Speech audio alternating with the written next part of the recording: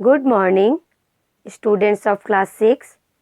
मैं मंजित मैडम आज आप लोगों को परिवेश और विज्ञान के तृतीय अध्याय मौलिक यौगिक और मिश्रित पदार्थ के अगले भाग का अध्ययन कराऊंगी।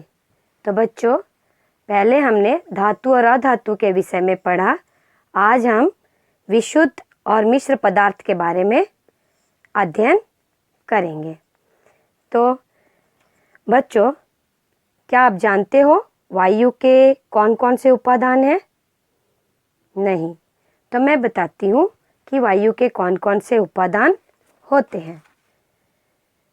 देखिए, वायु के बहुत से उपादान हैं, जैसे नाइट्रोजन, ऑक्सीजन, कार्बन डाइऑक्साइड, जलीय वाष्प तथा निष्क्रिय गैस आदि। ठीक है। अब यहाँ पर मिश्र पदार्थ किसे कहते हैं? किसे कहते हैं मिश्र पदार्थ? ऐसे पदार्थ जिनमें बाहरी पदार्थ मिले हों या एक से अधिक पदार्थ मिले हों, उसे क्या कहते हैं? मिश्र पदार्थ कहते हैं। जैसे चीनी का शरबत, बारूद, नदी का जल, बाजार का पीसा हुआ मसाला इत्यादि। ठीक है। अब विशुद्ध पदार्थ किसे कहते हैं? ठीक है। जिन पदार्थों में एक से अधिक पदार्थ नहीं घुलते वे क्या कहलाते हैं? विशुद्ध पदार्थ। क्या कहलाते हैं? विशुद्ध पदार्थ। जैसे गंधक, लोहा, जल, नमक, ऑक्सीजन, कार्बन डाइऑक्साइड, सोना, चांदी, एल्यूमिनियम इत्यादि। ठीक है। और यहाँ देखिए कुछ क्रियाकलाप दी गई है। इस क्रियाकलाप में इनमें से कौन मिश्र पदार्थ है? कौन मिश्र पदार्थ है? यहाँ चीनी शरबत, ठंडा पानी, शहद, बाजार का मसाला, लोटे का रंग, गंधक, लोहा, जल, नमक, ऑक्सीजन, कार्बन डाइऑक्साइड, चीनी। तो इसमें चीनी शरबत, ठंडा पानी, शहद, बाजार का मसाला, लोटे का रंग, ये सब क्या है? ये सब मिश्र पदार्थ हैं। क्या है? मिश्र पदार्थ। ठीक है।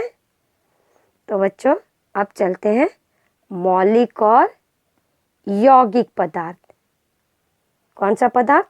मौलिक और यौगिक पदार्थ। अब मौलिक पदार्थ किसे कहते हैं? किसे कहते हैं मौलिक पदार्थ? देखिए, मैंने यहाँ लिखा है, ऐसे पदार्थ जिनके अणुओं में एक ही प्रकार के परमाणु पाए जाते हैं उन्हें मौलिक पदार्थ कहते हैं। किसे कहते हैं मौलिक पदार्थ? ऐसे पदार्थ जिनके अणुओं में एक ही प्रकार के परमाणु पाए जाते हैं उन्हें मौलिक पदार्थ कहते हैं। जैसे सोना, चांदी, ऑक्सीजन, नाइट्रोजन, सोडियम इत्यादि। अब यौगिक पदार्थ किसे कहते हैं? किसे कहते हैं यौगिक पदार्थ? ऐसे पदार्थ जिनके अणुओं में विभिन्न प्रकार के परमाणु पाए जाते हैं उन्हें यौगिक पदार्थ कहते हैं। किसे कहते हैं यौगिक पदार्थ? ऐसे पदार्थ जिनके अणुओं में विभिन्न प्रकार के परमाणु पाए जाते हैं उन्हें यौगिक पदार्थ कहते हैं। जैसे जल एक यौगिक पदार्थ है। तो जल के एक अणु में 2 हाइड्रोजन और 1 ऑक्सीजन के परमाणु पाए जाते हैं। इसी प्रकार साधारण नमक एक यौगिक पदार्थ है जिसके एक परमाणु में 1 सोडियम तथा 1 क्लोरीन के परमाणु पाए जाते हैं। ठीक है। अब हम देखते हैं, यहाँ एक क्रियाकलाप दी गई है। इस क्रियाकलाप में देखिए, एक जग लेंगे। क्या लेंगे? एक जग यानी बीकर। सो क्या कहते हैं? बीकर। बीकर में क्या करेंगे? पहले हम जान लेते हैं कि क्या क्या लेना है। ये है बीकर, रबर कॉर्क, पेरक, 2 कील है, ठीक है, ये स्विच है, ये बल्ब, यहाँ बैटरी है, ठीक है। तो क्या करेंगे, इस बीकर में कुछ पीने का पानी लेते हैं, एक कॉर्क लेकर उसमें क्या करेंगे, 2 लोहे की कील गाड़ देते हैं। कॉर्क में क्या करते हैं, 2 लोहे की कील गाड़ देते हैं, फिर उसे बीकर के जल में डुबो देते हैं। अब टॉर्च की 3-4 बैटरी लेकर क्या करते हैं, साधारण तांबे की तार से जोड़कर जल में डूबी दोनों कीलों के साथ जोड़ देते हैं, ठीक है। जोड़ने के बाद ध्यानपूर्वक देखने से हमें क्या पता चलता है कि दोनों कीलों पर बुलबुले के रूप में गैस जमा हो रही है। एक कील पर हाइड्रोजन और दूसरी कील पर ऑक्सीजन गैस जमा होती है। तो इससे क्या निष्कर्ष निकलता है, इससे यह निष्कर्ष निकलता है कि विद्युत धारा प्रवाहित करने पर जल ऑक्सीजन और हाइड्रोजन में टूट जाता है। इससे प्रमाणित होता है कि जल हाइड्रोजन और ऑक्सीजन गैस से मिलकर बना है। कौन कौन सी गैसों, हाइड्रोजन और ऑक्सीजन गैसों से मिलकर बना है। तो ऑक्सीजन हमारी कैसे सहायता करती है, ऑक्सीजन हमारी श्वसन क्रिया में सहायक है तथा वस्तुओं के जलने में सहायता करती है, ठीक है। देखिए, हाइड्रोजन जलने में सहायक नहीं है बल्कि स्वतः लौ के साथ, नीली लौ के साथ जलती है, ठीक है। यहाँ एक और प्रयोग दिया गया है, देखिए क्रियाकलाप देख पा रहे हो ना, ये देखिए, एक मोमबत्ती जलाओ, ठीक है।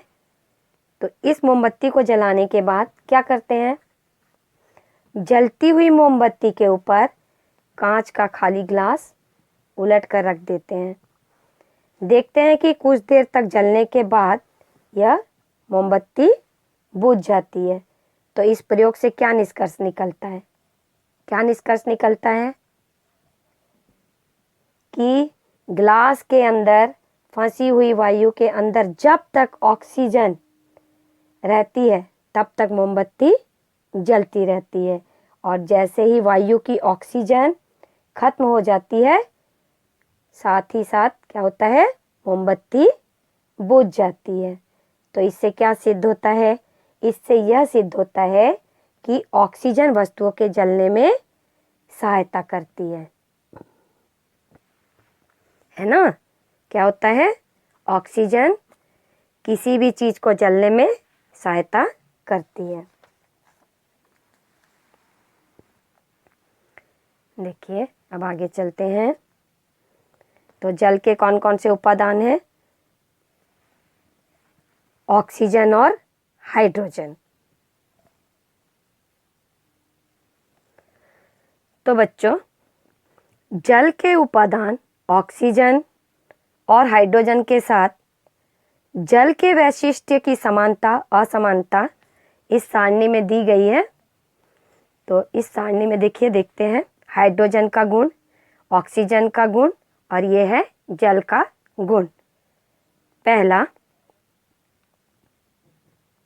हाइड्रोजन वर्णहीन, गंधहीन, गैसीय पदार्थ है ना। हाइड्रोजन का क्या गुण है, हाइड्रोजन वर्णहीन, गंधहीन, गैसीय पदार्थ है जो वायु से भी ज़्यादा हल्का होता है।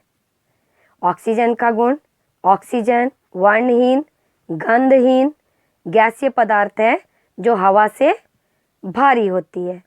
जल का गुण, जल का गुण है जल वर्णहीन, गंधहीन, साधारण अवस्था में तरल है। दूसरा, ऑक्सीजन की उपस्थिति में आग जलाने पर हाइड्रोजन गैस स्वतः ही जलने लगती है। ऑक्सीजन का गुण, ऑक्सीजन जलने में सहायक होती है, किसी भी वस्तु को जलाने में सहायक होती है, पर स्वयं नहीं जलती है। तो जल का गुण किसी भी तरह कुछ भी जलने में सहायता नहीं करता। तो परीक्षण से यह समझ में क्या आता है? क्या समझ में आता है परीक्षण से?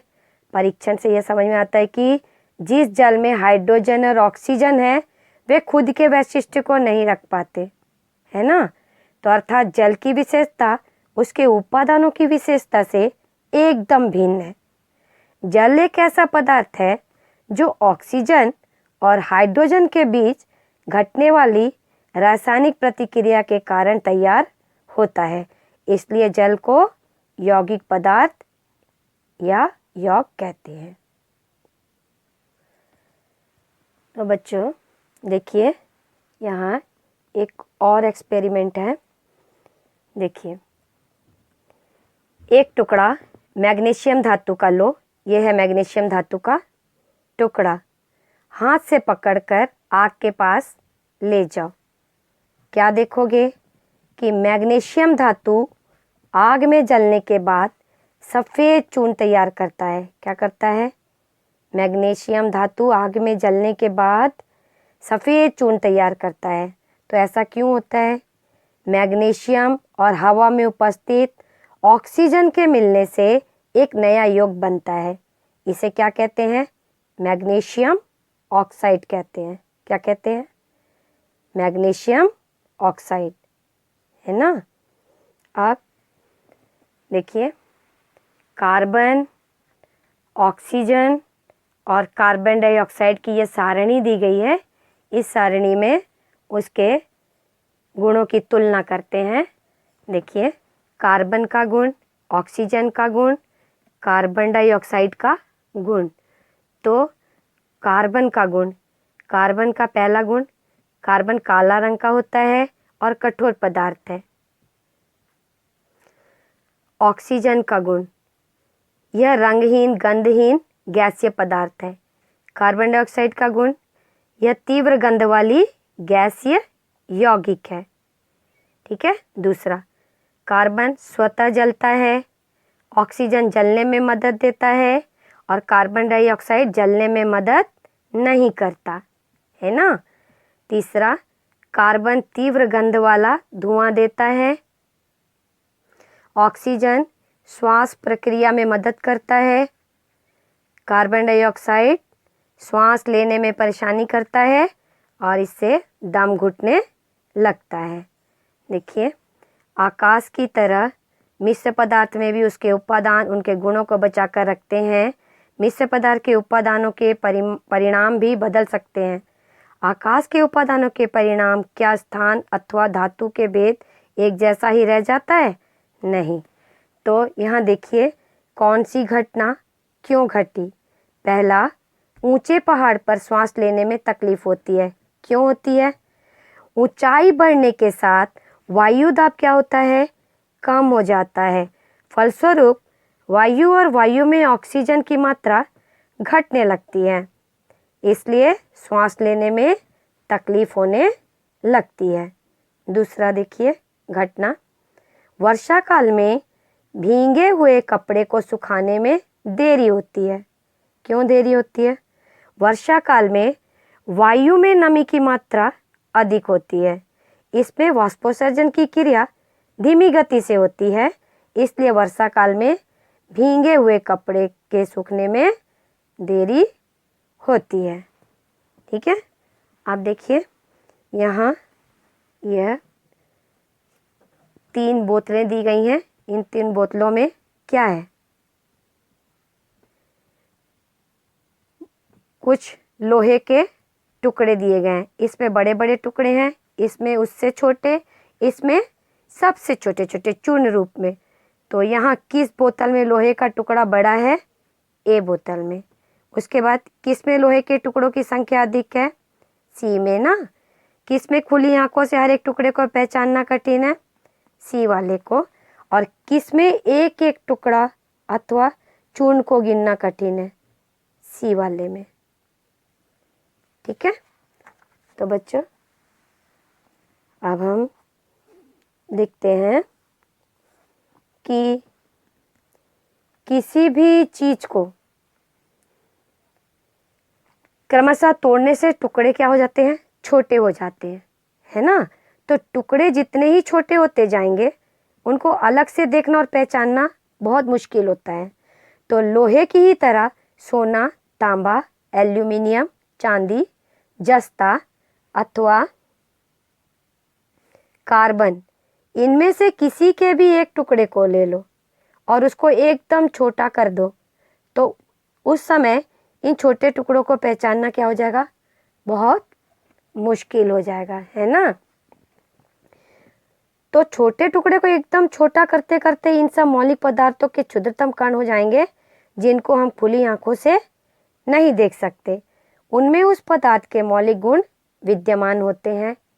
मूल के वे क्षुद्रतम कण जिनमें मौलिक के सारे गुण वर्तमान में मौजूद हैं उन्हें क्या कहते हैं, मूल के परमाणु कहते हैं।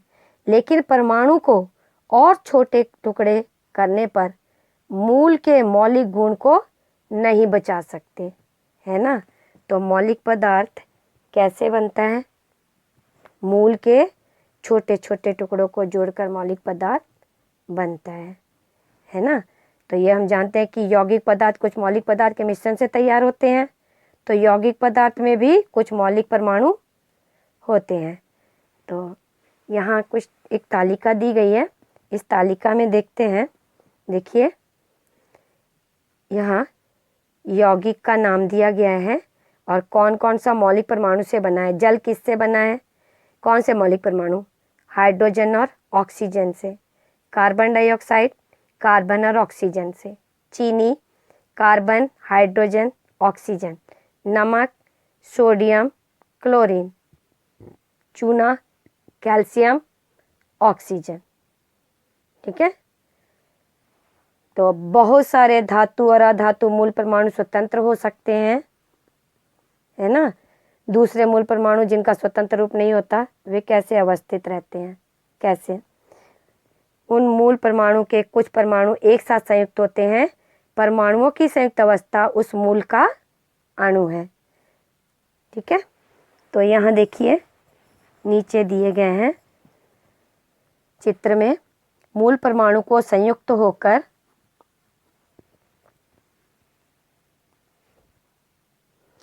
उस मूल का अणु तैयार होता है। खाली आंखों से देखे जाने वाले किसी भी पदार्थ के नमूने में लाखों की संख्या में अणु परमाणु विद्यमान होते हैं। ये देखिए hydrogen hydrogen, oxygen oxygen, chlorine chlorine, iodine iodine, है ना। तो यहाँ विभिन्न मूल से संयुक्त होकर यौगिक पदार्थ बनता है।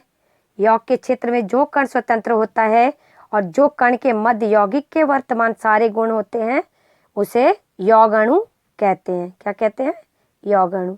एक ही मूल के एकाधिक जुड़ने से मूल का अणु बनता है और उससे भिन्न परमाणु के जुड़ने से यौग अणु क्या होते हैं, तैयार होते हैं। ठीक है। तो यहाँ परमाणु का रंग समझाने के लिए यहाँ पर कुछ चित्र बनाए गए हैं।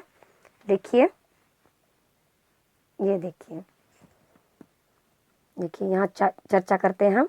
ये हाइड्रोजन 2 1 2 और ये ऑक्सीजन 1 यानी H2O, है ना।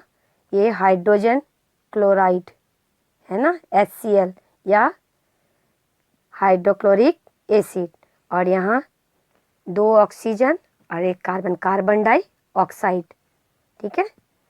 देखिए ये सारणी में अणु कौन कौन से मौलिक से बना है, एक अणु के किस मौलिक में कितना परमाणु है। अणु जल कौन कौन से मौलिक, हाइड्रोजन ऑक्सीजन।